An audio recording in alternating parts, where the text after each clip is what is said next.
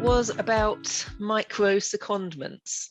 So this was a project I was involved with, which was transforming our student system. The most recent one is one I delivered with my a colleague, Susanna Marsden. We're doing a project which is all about how career paths work for professional service staff, particularly those in academic and student services. My first session was in empowering teams and promoting success in communities and teams.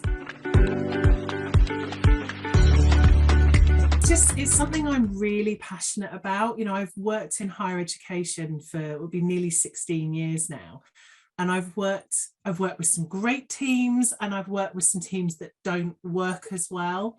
And so I've learned quite a lot about what I think makes a good team, and what I think kind of engages people and empowers people. And so I really wanted the opportunity to delve into it a bit further and look at some other best practice suggestions and some research, and then present it back. And because what's happening now is that universities are much more managed, much more programmed, for good reason. It's more efficient to have systems and systemization and processes. But what it does do, it takes away some of the possibility of experimentation. And so we were interested in finding out, how do people get that nowadays? And are there gaps that we can think about how to fill? I moved into my role and was told by my boss that for this phase of the project, he wanted, instead of seconding some people from the business full-time to work with us, he wanted to get a wider experience and get several people in for 1 day a week. And my first thought about this was, it was terrible, and how on earth was I going to manage this? But we made it work. And at the end of the project, a group of the secondees did a presentation to our Teaching Administrators Forum about their experiences. And it just seemed to me that it would be good to share their experience and my experience of how this actually went. I think there are a number of things. I mean, there's no one reason. Firstly is, it's good fun. I'm a born show-off. Give me a stage, I'll stand on it and I'll talk at people, and that's brilliant fun. And to have people actually want to go and listen to you, that's a bonus. So we like that part of it. More seriously, sharing knowledge is how we all grow. And by offering a working session at a conference, you can help other people find things out there, but also in the discussion, in the questions, you learn from them as well. It's been fantastic. I can honestly say, so when I put in my first ever proposal to present at the AUA, I was so nervous. When you click that submit to the AUA, I actually had to leave my desk. I was so nervous. But it was the best thing I ever did, because presenting with colleagues they're all like-minded. Everyone in the AUA has that kind of shared passion for higher education, and that shared passion for doing more and for learning more. And so it was such a positive environment. And it just made me realise that I am capable of doing this. I can go and present, and people want to hear what I have to say.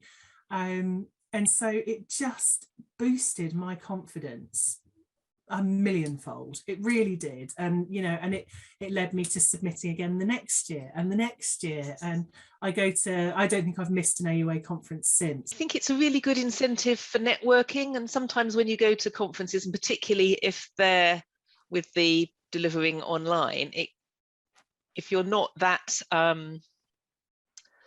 extrovertic, the networking can be a bit intimidating sometimes, but if you're actually delivering a session, that really kind of encourages you to talk to people. And we got some good feedback, comments during the session and afterwards, and I think that helps you to make connections as well. So I think that's one of the key benefits. So one of the things we started with was, have you thought about going on a secondment, and what might be the barriers? What are the benefits and what are the barriers? And I think with some people, there's always that sort of worry about what happens to my day job if somebody else is doing it for X number of months. And this micro secondment thing actually means you can keep an eye on your day job and be involved in the project. One of the nice things about doing these sessions with the AUA is that you get good feedback afterwards about how the session was, what the participants thought of it, what they took away from it. And you could see in the session that individual groups at tables were really getting in their teeth into some of the questions we set there. And I think it helped people learn a lot about what they were doing in their roles and how their roles were set up. The feedback we had was that it was very engaging. And when we've done subsequent sessions in the more virtual conferences through COVID, we've had a lot of people come back for more. I think we underestimate how important professional services in higher education is and the value that we provide.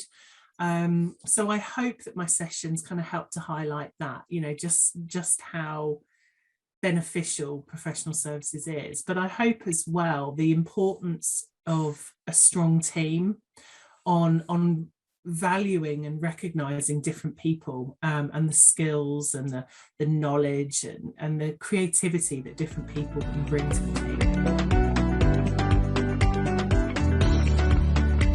That it's okay if you make a mistake, that if you stumble over something, no one's going to judge you. You're not going to be, you're not going to be kicked out of the room. And actually people do want to hear what you have to say. What I would have loved is to have known that it was going to be okay, that people do want to hear my points of view, and they might not necessarily agree with them all, but they want to hear them. Well, the format changed because when we proposed it, it was going to be for an in-person conference. So we obviously had to deal with the switch to doing it online, but we had brilliant support from the AOA office. So we had a discussion together with the facilitator and went through and practiced and everything. So we had, I think the support from the AOA was excellent. So there were no worries on the score of whether the technology was going to work on the day, or we were all very clear on the running order and who was doing what and how it was going to work. So, you always get nerves about doing something, particularly with online when you're dealing with unfamiliar technology, but it was really good support. Absolutely go for it. If you think that you would like to do it, or you have a session that could be interesting, go for it. Like I say, my first ever one that I did, I actually asked a colleague to do it with me because I was so nervous, and that was lovely because we kind of bounced off of each other, and now I've got that confidence to do it on my own. The lovely thing with the AUA as well is when you submit an application to present, if it's nearly there but it's not quite right, they will come back and they'll suggest some tweaks and things so that it's absolutely perfect when you present. So that was really, really helpful because obviously they've got the knowledge and experience of what's been presented before. So just do it, go for it, you won't regret it. Being prepared. And that's not about having a script that you go through word for word like you're in a play, because that leads to a very stilted session, a very dull session.